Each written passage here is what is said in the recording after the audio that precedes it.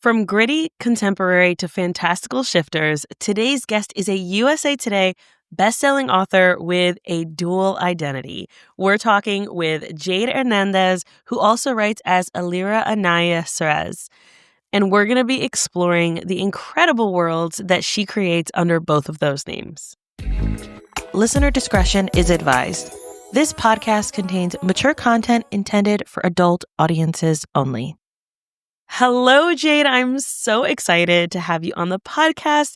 If you could start by telling everyone a bit about your journey into becoming an author. Hi. Thanks for having me. First of all, this is exciting. My journey as an author, I have been an author for, I want to say 7 years, an indie author for 7 years. So I actually started publishing under Aleera Ceres first, and I was publishing under a small press, but I didn't really like it. I didn't like it because they were very white. My first published work, they whitewashed the characters on the cover. And so that was very heartbreaking to me because the first series that I published, some of the main characters in that were fashioned after like one of my best friends in real life. And she actually was with me like the whole process of me like writing this book. I would send her a chapter by chapter, and she's a woman of color. And so like I fashioned this character after her. I made her a vampire. I made her a badass. I made her this. And then when it came time to publish, the publishing house whitewashed the character. And so it just took away all of my excitement with being like a published author. And it was just very upsetting. But at the time, I had met A.K. Coons, who is my co-author. At the time, we were publishing around the same, like our books were releasing around the same month, and we were like swapping books and all that. And she convinced me to go the self-publishing route. And so I just went ahead. I took the plunge. I did it. I love it. And then it's been like 2 years, I think, since I started my contemporary romance pen name, which is Jade Hernández. That's how I got started. I liked having control. I liked not having people change my characters or tell me what to delete or what to take out of my books, because I felt like it was just very like restricting, like being with a small publishing house. So I like being my own boss. So that's how I started. Wow. Okay. So I'm Yeah. curious, what year was it when you got that deal? Like when that first book came out with the publisher?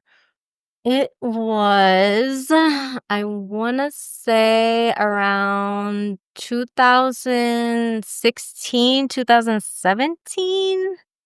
Rough Wow. estimate. I don't remember the exact year. It was one of the, because my oldest was like 2 or 3 when I first started publishing, and he's 10 now. So yeah, it was probably like 2016, 2017, around that time when I first started.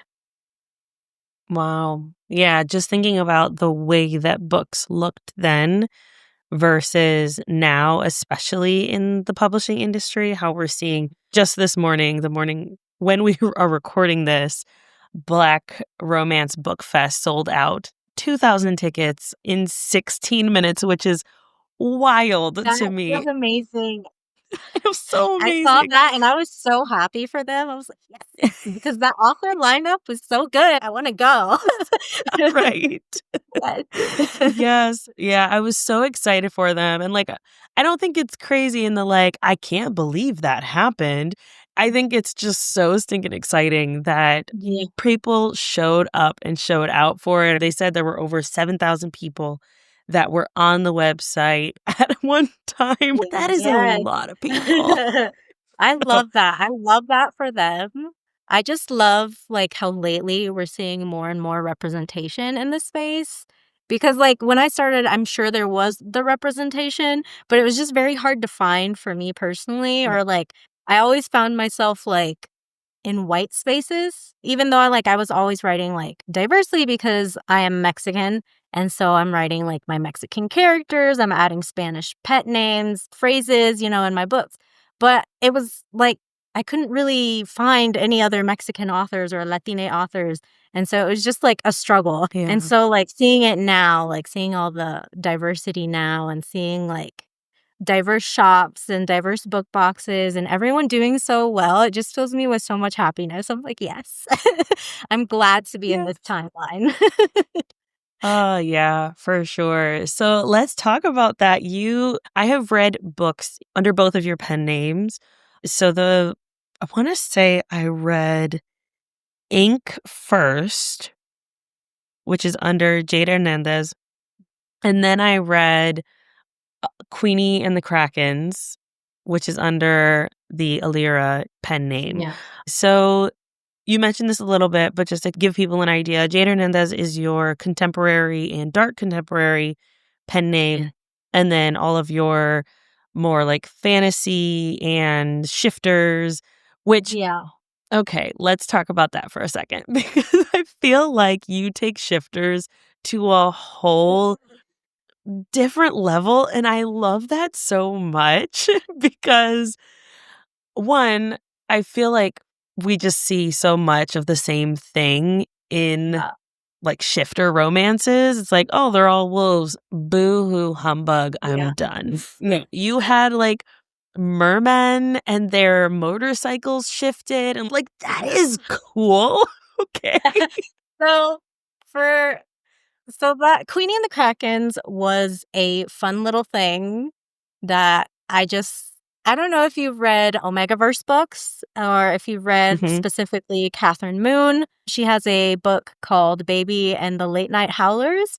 And Crystal Ash, she's also a Latina author. She has a Why Choose series called the Steel Demon series. And it's like post-apocalyptic with a little bit of magic thrown in. And then Catherine Moon's is an Omegaverse Why Choose, right? And so they were really good friends of mine.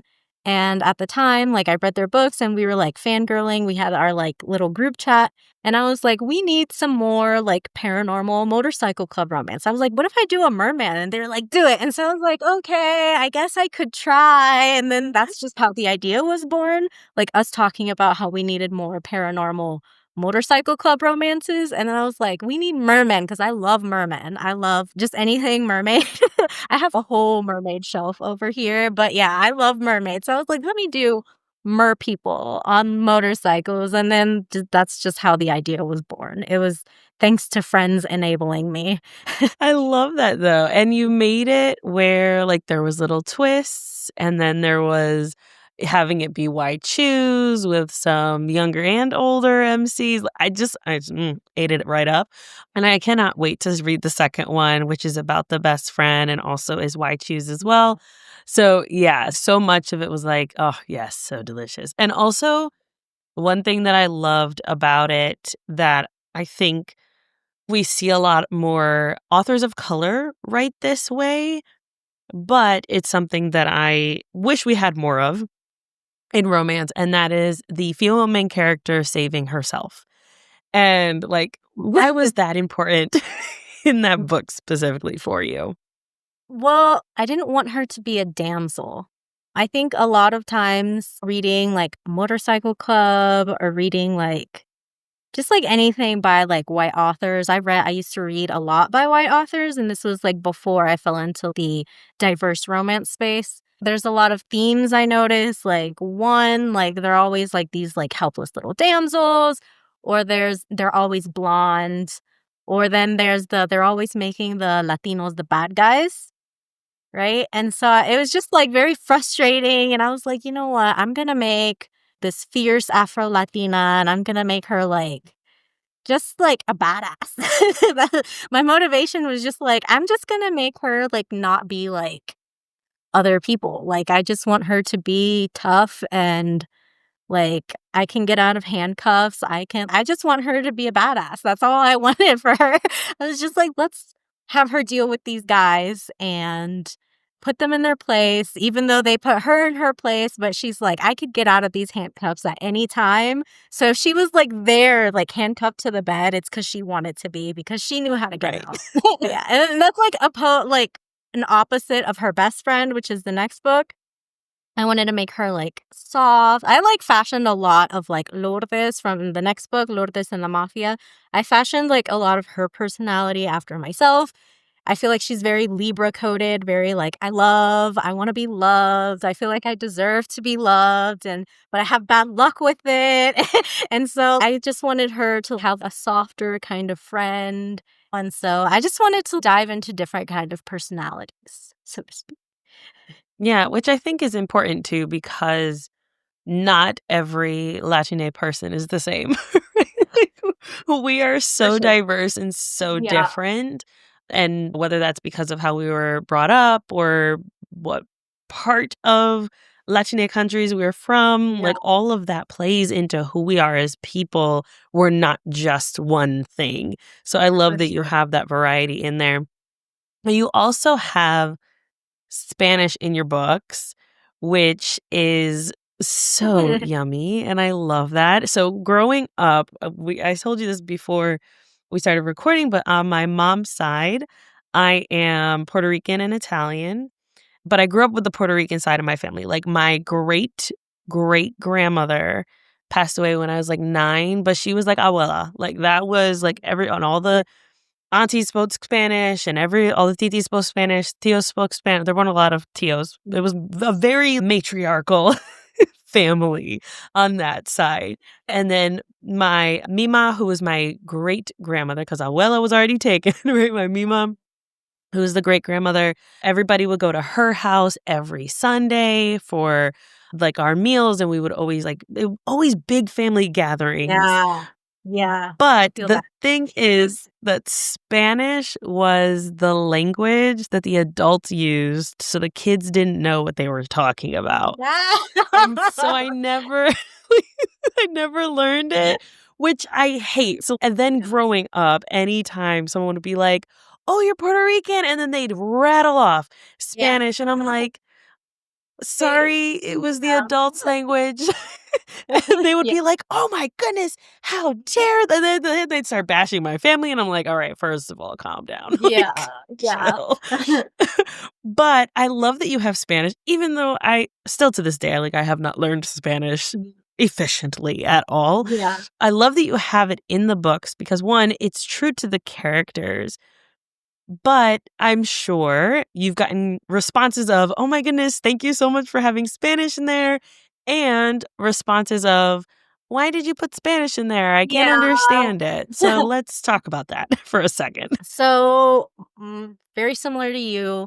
I actually came to Mexico like the first time when I was like 8 years old. You're a kid, you're just like, "Oh, I'm moving to a new place." My mom tells me that the reason that we came to Mexico was because my dad got deported.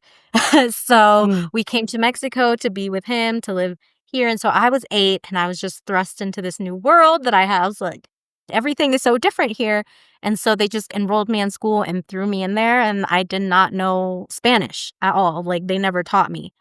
And so, like, the teacher that I had and, like, I was in 2nd grade, I believe.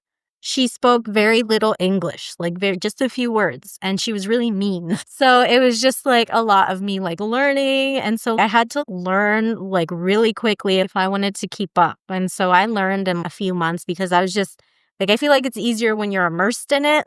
And then a lot of the times we were just moving like after my dad got like his citizenship or like permission to go back or whatever, we moved back and forth constantly. And so, like, always Spanish here. When we were in the US, we didn't really speak Spanish with each other. Like, my dad was always like practicing his English. Like, we did speak Spanish, but we didn't speak Spanish at home. But I mm. did speak Spanish with some of my like Latino classmates or things like that. But like, mostly I spoke Spanish when I was in Mexico. And so a lot of all that like gave me like this weird complex, this identity crisis, like growing up. Am I from here? Am I from there? I don't know. So when I started writing under Jade Hernández, I just decided, you know what, I just want to be very true to like my roots, especially because I'm now like living in Mexico and I'm just feel like my identity crisis is over. I feel like very comfortable in my skin now. I feel comfortable with who I am. And I am both. I'm like from there, I'm from here. And so I'm going to add Spanish because I like it. And I'm not going to italicize it because when authors italicize Spanish, it drives me insane.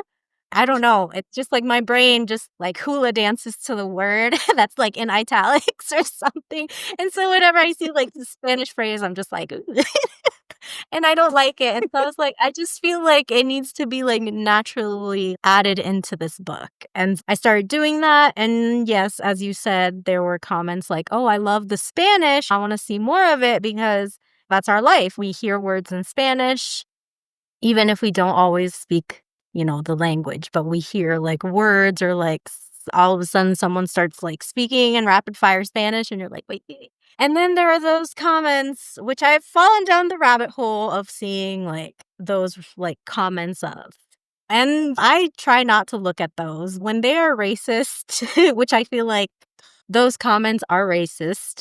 I just look at them, I screenshot them, and then I'm just like, but I don't oust them. I don't oust Right. them. But I do like it is very upsetting because I've read a whole bunch of mafia books and they add like whole paragraphs, whole sentences, and I'm like, I have no idea what that says. But let's pretend I do, and I just keep going and it doesn't take me out of the story. So I don't understand why people feel the need to like negatively review that part. Like I saw a negative review for Ink and they're like, that was way too much Spanish and I didn't understand. So I'm knocking a star off. And I was like, okay, I'm sorry. I'm not going to apologize. That's my language. The story is set in Mexico. Yeah. Ugh. Yeah, but I just try not to let it bother me. At the end of the day, I feel like readers who want it will find me, and they'll love it. And if you don't like it, that's okay. You don't have to like it. There are people who will. Yeah, and I think you really, as us as readers, we have to, when things like that happen in our brains where we're like, oh wait, I don't like this. It's like, why? Like, let's just pause and reflect for a second. Why do we not like it? And like you said, there are tons of mafia romances that have Russian just intersprinkled in there like it's normal, right? And from authors who don't speak a lick of Russian, right? And we still move on and we read it and we keep it moving. So, like, why do we have to do differently for other ones? And we have so many tools at our disposal now to be able to Yep. translate these stories. Yeah. So I typically, if I'm reading a book that has a Spanish sentence in it, I will highlight it on my Kindle app or I'll highlight it when I'm reading on my Kindle and then I'll press the translate button. So, okay, cool. Let me go ahead and change that language from Spanish to English and give me the translation. It takes a few seconds to if you want that extra addition. And then recently I had a paperback. I don't read a ton of paperbacks. My bookshelf would say otherwise. Don't look there. Those are trophies. Those are trophies. Yes, exactly.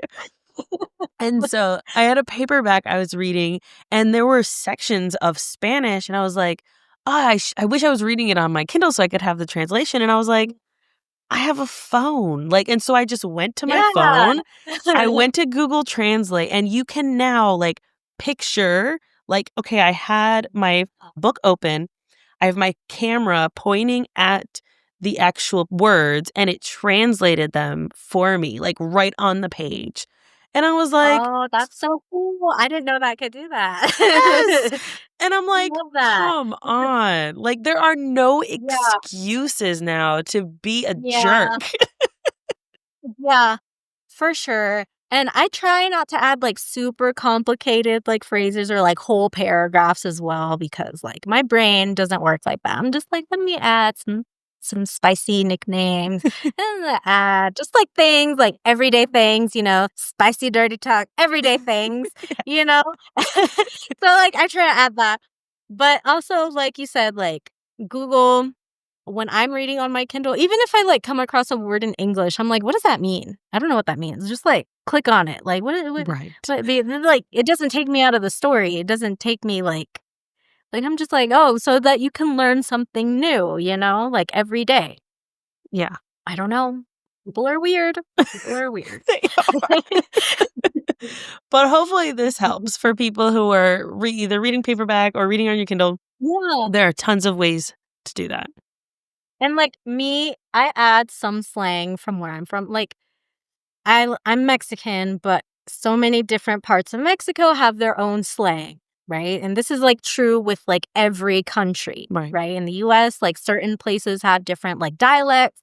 And so in my books, I like write specifically where I live and I write some slang from where I live. And I know some people might not like get that, like, what does that mean? I don't mind when readers come into my direct messages. I have one reader who was like, hey, in my book Miguel, he calls the main character a fresita. And she was like, the translate says it means strawberry. But what do you mean? Why is he calling her a strawberry? And I'm like, oh, that's slang. It's slang for like someone who's preppy or a little bit snooty and something like that. And she's like, oh, okay, that makes sense. And I'm like, yeah, I don't mind when readers are like, hey, can you tell me what that means? Bet I'll tell you. I don't mind. I don't mind chatting with my readers. Right. Yeah, that definitely makes sense. And I think that us as readers, we can approach authors if we're doing it right with kindness and respect. And like, even when I am sending people DMs, I did this recently. I was doing a sports roundup and I was like, I think this author is a person of color, but I don't want to assume because the last name Yeah. was Hispanic. And so I reach out and I was like, look, I want to include you in my roundup. It's for BIPOC and LGBTQIA plus authors. Can you just give me a yay or a nay? And like, you can also tell me to fuck off, and that's okay too. Like I really am okay. Yeah. And she Yeah. was like, "No, it's fine. Thanks. Yes, I am BIPOC." And I was like, "Awesome. Thanks. Goodbye." That's all I needed to know. Right. Like, I'm not trying to bother anybody. Also, you can tell me to fuck off, and I will not be offended. I promise. No, sometimes you never know because I know some authors, like maybe white or whatever, and they have like a spouse who is Latino or Hispanic and they use Mhm. their last name. And so, like, that can get very confusing. Yeah. And so, like, when those roundups pop up, they're like, oh, this person isn't Latino or this person is and this person's not. And it's just like a whole thing. So, asking is probably the way to go. Yes. Yeah, I mean, you got Abby Jimenez, who has a Latino husband and uses his last name for her pen name. And so I think Yeah. that, and she's clearly like stated multiple times, like especially every September, she's like, do not include me in those roundups. I am Yeah. not part of that community. Do not let that take away from people who are born and raised in part of that community. And then, like, Yeah. also being from such a mixed family, like, I have cousins who are Puerto Rican and they are very white and like strawberry red Yeah. hair and freckles everywhere, right? So, like, Yeah. I don't assume. Yeah. Like, on my mom's side, I have indigenous cousins. Like they marry like their mom indigenous and my uncle, my mom's mom, because I'm half white. They're half white, half indigenous, and their mom is like long, straight, like dark hair, dark skin. And my uncle, he's like dirty blonde. And then all my cousins came out as redheads because we have like Irish, Scottish roots, and my grandma, my mom's mom, red hair, red curly hair. I guess I'm the only one who inherited her curls. So red curly hair. And so all my cousins came out as like redheads. So yeah, like indigenous redheads, right? And then Yep. like my older brother is black and so, like, we have, like, on his family, like, my nieces, my nephews, and then, like, my family here in Mexico, like, we're just, like, a diverse bunch. Yep. But I There's love a lot of us. yes. Yes. So many. Yeah, it's so true. And yeah, but I think that that's what's just so beautiful about the like, differentness of Latine representation is that it can look any which way. And like I said, you never really know for an author if what Yeah, they for might sure. identify as. And so asking is okay as long as you're doing it with respect and Yeah, kindness. I agree. I've seen myself on Afro Latina lists. I know someone I went to high school with, she sent me a picture. She was at a bookstore and they put my books on, I think it was Black History Month. Oh, And they had like black romances, and they had my books on there. They had Queenie and Lourdes. And I was like, it's not your place to do so, but could you do me a favor and ask them to take my books off of that table? right. Please. And I've seen like some videos in which they're like, oh, I think she's Afro Latina. I think the curls trick people. But I do like make it known like, hey, I'm not Afro Latina. Just throwing that out there. Like don't put me on those tables. I'm not taking space away from other authors. She asked them to take me off. So I was like, thank you. I just don't want to like take space. Yeah, which makes sense for sure. So you've mentioned that you are a Mexican-based author, and I think that what you have is a very unique perspective to the like trying to get books in the hands of readers, especially international readers, US-based readers, Wow. which I believe is a very large chunk of your readership are based in the US. And there are some complications to that. So without going into anything too crazy, but like, what are some ways that we as US based readers can support authors who are maybe not from our country without making outrageous demands, right? Because I think that as readers, I don't know, I feel like lately we keep seeing a lot of this back and forth, like, I expect signed copies and I expect this. And it's like, why are we putting so many expectations on these people who have poured their heart and soul into these books? Yeah. Like, give them a break, please. I just had a situation happen to me like a few days ago or yesterday. No, a few days ago.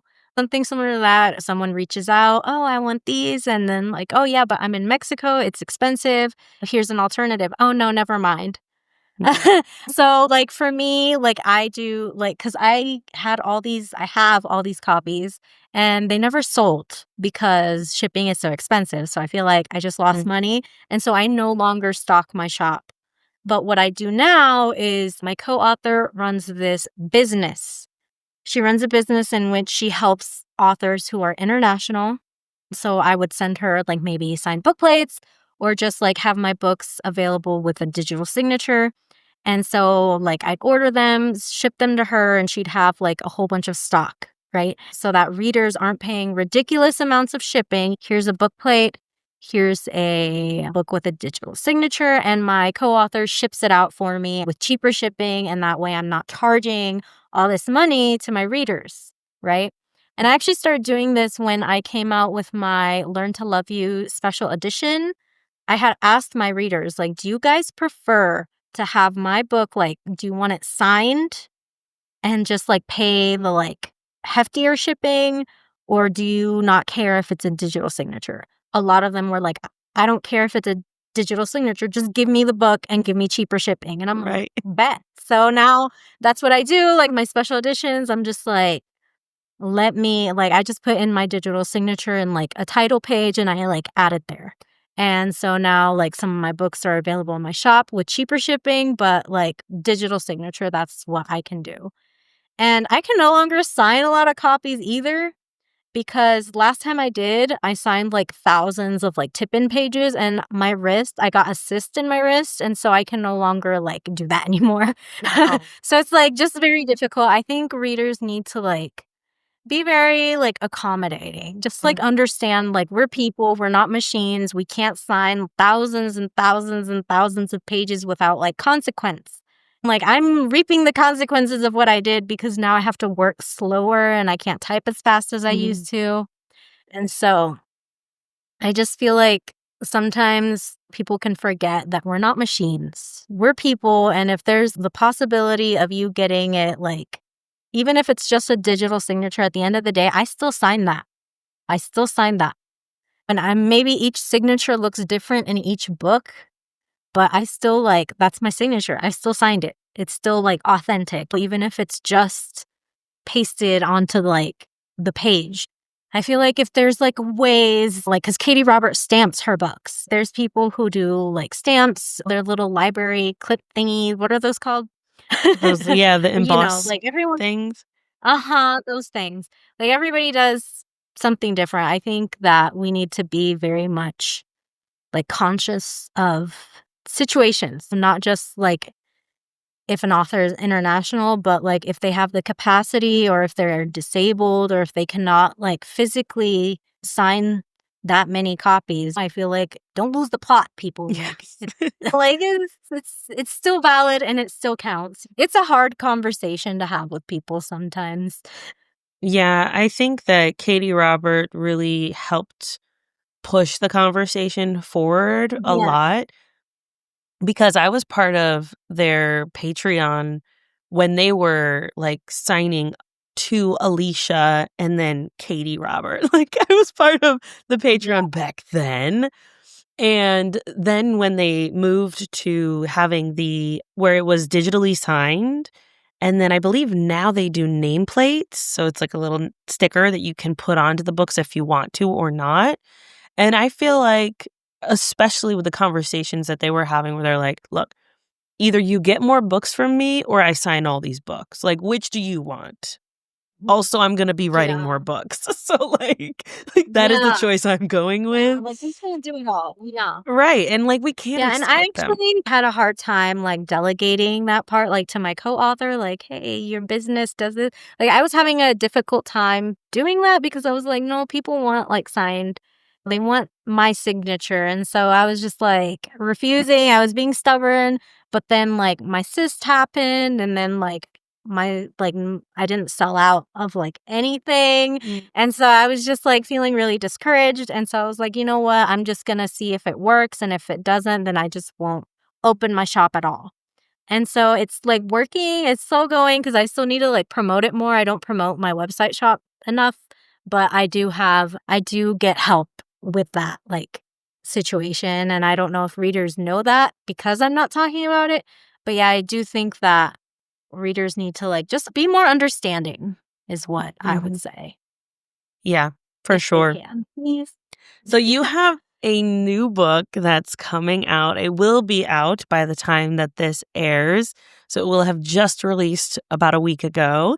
And it is a gargoyle romance. And I believe this is your first gargoyle romance. So tell us a Yes. bit about it and what we can expect from this new book. This new book, it's called Stolen by the Gargoyle. It's part of a 3-book series called Gargoyles of the Underworld. And it is a spin-off of Lourdes and the Mafia, which takes place in the Queenie and the Kraken's world. So if you've read Lourdes, that's a white shoes, and she has a relationship with 3 mafia demon brothers from the underworld. And I hinted in her book that there were 3 gargoyle generals of the underworld that are like, they work for the kings of hell. And so I like hinted in the book and in the bonus content that they were getting their own story, that they are going to crawl out of hell to go to the human world to find brides because they want love. And so that's basically what the Gargoyles of the Underworld series is going to be about. In book 1, it follows Nazar, and my main female character, her name is Dolores. And he crawls out of hell, sees Dolores. He's like, that's my wife. That's my wife. That's who I want. And I'm taking her. And he steals her away and he takes her to the underworld. And he's like, you're mine now. And she's like, what's going on? She's afraid. And she's like, this is crazy. It's a novella. It's short. Originally, I was going to make it long, but I was like, I like writing novellas and I don't have time to like make these huge worlds right now. So let me just like make something fun. And I had a lot of fun with it. And I'm nervous about release. I'm nervous because I feel like I haven't written anything like this because I feel like it falls into the monster romance category, right? And I Mhm. know monster romance readers are very like they're very passionate, and so I'm scared. I'm scared that I did it wrong. There's just, like, a lot of emotions right now, but I actually really had fun writing it. I made it very much a lot of miscommunication happening, but miscommunication trope in the sense that she's human, he's a demon gargoyle, he doesn't understand human social cues, like, he doesn't understand any of that. She doesn't understand his, like, love language. Kidnapping for him is a love language. He's like, "I have to prove my dedication to you. So I'm going to kidnap you. I'm going to feed you. I'm going to give you gifts. And I'm going to mate with you. And she's like, whoa. And she's like, that's not how it works. Yeah. And she's like, you know what? I'm out running. And he's like, why are you running from me? Is it because I'm ugly? And so it's just like a lot happening. It's like you have to love me. Just a lot. Just a lot. I'm so excited. I try to make it a mixture of like rom-com / a little bit dark, but I don't know if that lands because I don't think I'm a funny person, but I'm hoping that there's like some people find humor in it and the miscommunication. Fingers crossed that people like it. Yes. I'm sure it'll be fantastic, and I cannot wait to read it. And so if people are like, yes, please give it to me, and also want to know more about your other books, where can they buy that? I am on Kindle Unlimited with some. I'm like on wider platforms. I sell ebooks on my website, paperbacks on my website. Aleera, it's aleeraanayaceres.com. And for Jade, it's jade-hernandez.com. Everything's there. Under Jade, my books are wide. So you can find those on like Kobo, Google, Apple. But with Aleera, I have several of my series in Kindle Unlimited. I know people prefer Kindle Unlimited, but there's other options as well. Awesome. And if people are like, I want to stalk you on social media, where can they check out your socials and maybe send you a message? So I'm mostly on Instagram. I do have TikTok, but I kind of stay away from TikTok for my mental health because it's just hard.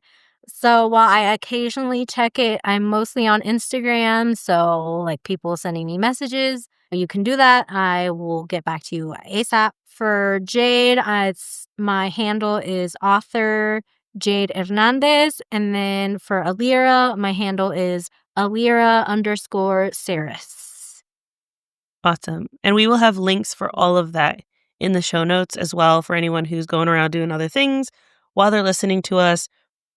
We've got those links for you in the show notes and the YouTube description, so that way you have those available. Jade, this has been so much fun. Thank you so much for being on. I appreciate you, and I cannot wait to read your Gargoyle Romance. Thank you for having me.